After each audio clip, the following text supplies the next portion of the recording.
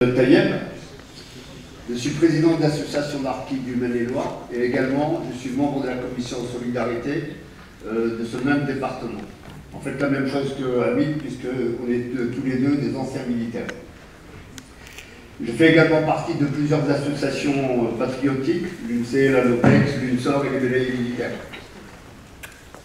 Bien que je suis venu avec en même temps que Hamid et la délégation de Dordogne, je ne suis pas venu tout seul du Maine-et-Loire, mon épouse est là, vous la verrez tout à l'heure, et je suis venu avec Taous, une écrivaine du Maine-et-Loire. Elle est de Angers, tout à l'heure elle dédicacera son livre, et j'aimerais bien qu'elle vienne à côté de moi aussi pour me renforcer. Taous! Elle est dehors, vers les livres. Elle est sortie? Ah, elle est là. On va tant pis. Ah, elle se cache.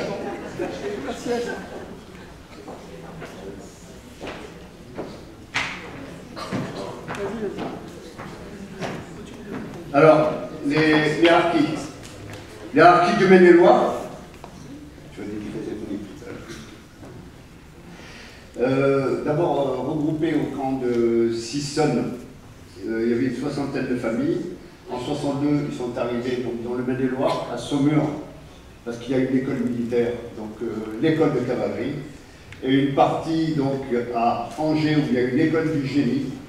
Alors ces harkis ont servi en soutien à la formation, puisque ce sont deux écoles, et également le 6e régiment de génie qui se trouve à Angers. Alors après avoir quitté l'armée, soit en fin de contrat ou atteint par la limite d'âge, ces harkis ont trouvé des emplois dans la région du Maine-et-Loire, notamment sur Saumur, du moins c'est les caves à champignons, le vin et d'autres petites entreprises.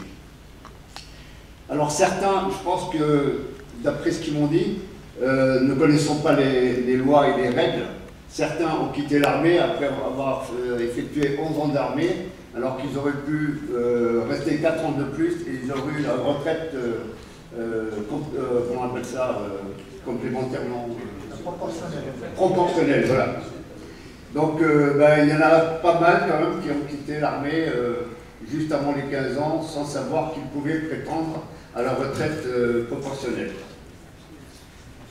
Donc actuellement, il y a une quarantaine de familles qui est recensée par l'Office national des anciens combattants. On peut parler des actions de l'association.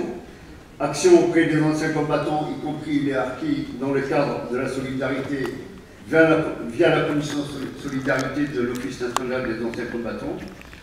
Constitution d'aide, de dossiers d'aide financière auprès de l'ONAC. Alors il faut savoir que comme il y a très peu de harkis dans le Maine-et-Loire, il y a eu en allocation de reconnaissance, il y a 14 harkis et 5 veuves. Allocation viagère, 4 veuves. Alors on est loin des milliers de personnes dans le sud de la France, je crois. Alors nous, c'est vraiment, on est restreint. Alors suivi des anciens combattants, on n'est pas légalement. Alors quand je dis anciens combattants, ça comprend tous les anciens combattants, bien sûr y compris les harkis. Notamment on visite dans les EHPAD avec en fin d'année très régulièrement grâce à l'ONAC, on remet des petites friandises, des petits cadeaux.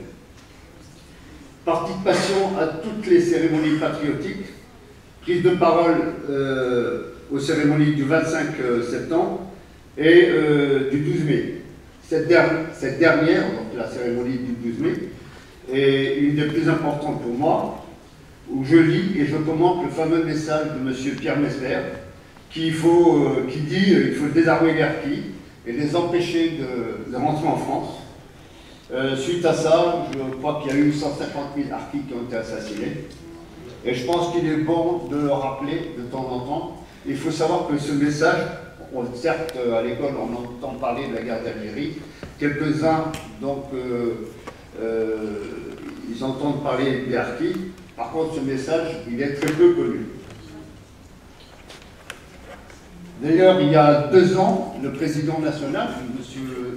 Mohamed Amoumou, est venu assister à cette cérémonie et a parlé du massacre et de l'abandon des harkis. Étaient présents plusieurs élus et généraux, donc, puisque Saumur est une ville de garnison, dont le général Morillon. Je vous encourage tous, donc, le 12 mai, de commémorer cette date. Ensuite, je fais des témoignages dans les écoles, en liaison toujours avec le NAC, ainsi que des anciens combattants. Le dernier s'est fait à Angers le 11 avril et le 5 mai, au lycée David d'Angers, au profit des élèves terminales, spécialité histoire, géographie, géopolitique et sciences politiques.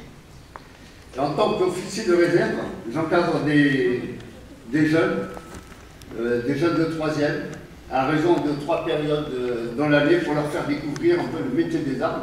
Évidemment, j'en profite pour leur proposer d'être porte-drapeau lors de cérémonies, quel que soit, pas spécialement harki, ça peut être aussi porte-drapeau des mêlées militaires, parce que les porte-drapeaux sont de plus en plus vieillissants.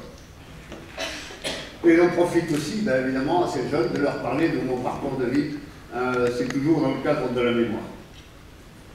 Alors les projets, ce que je viens de vous citer, j'ai mis des dates, mais tous les ans on fait la même chose. Donc des cérémonies, des expositions, donc on a la chance à Saumur d'avoir le musée de la cavalerie, où la dernière, c'était l'année dernière pour les 60 ans, l'exposition Parcours de harki est restée pendant 2 mois, qui a eu un vif succès. Et la prochaine,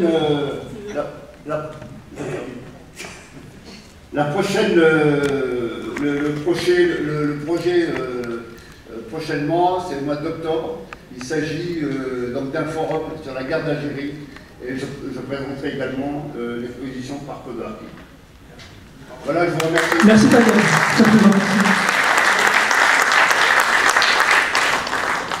Excusez-moi, je reviens à vous parce que je tiens à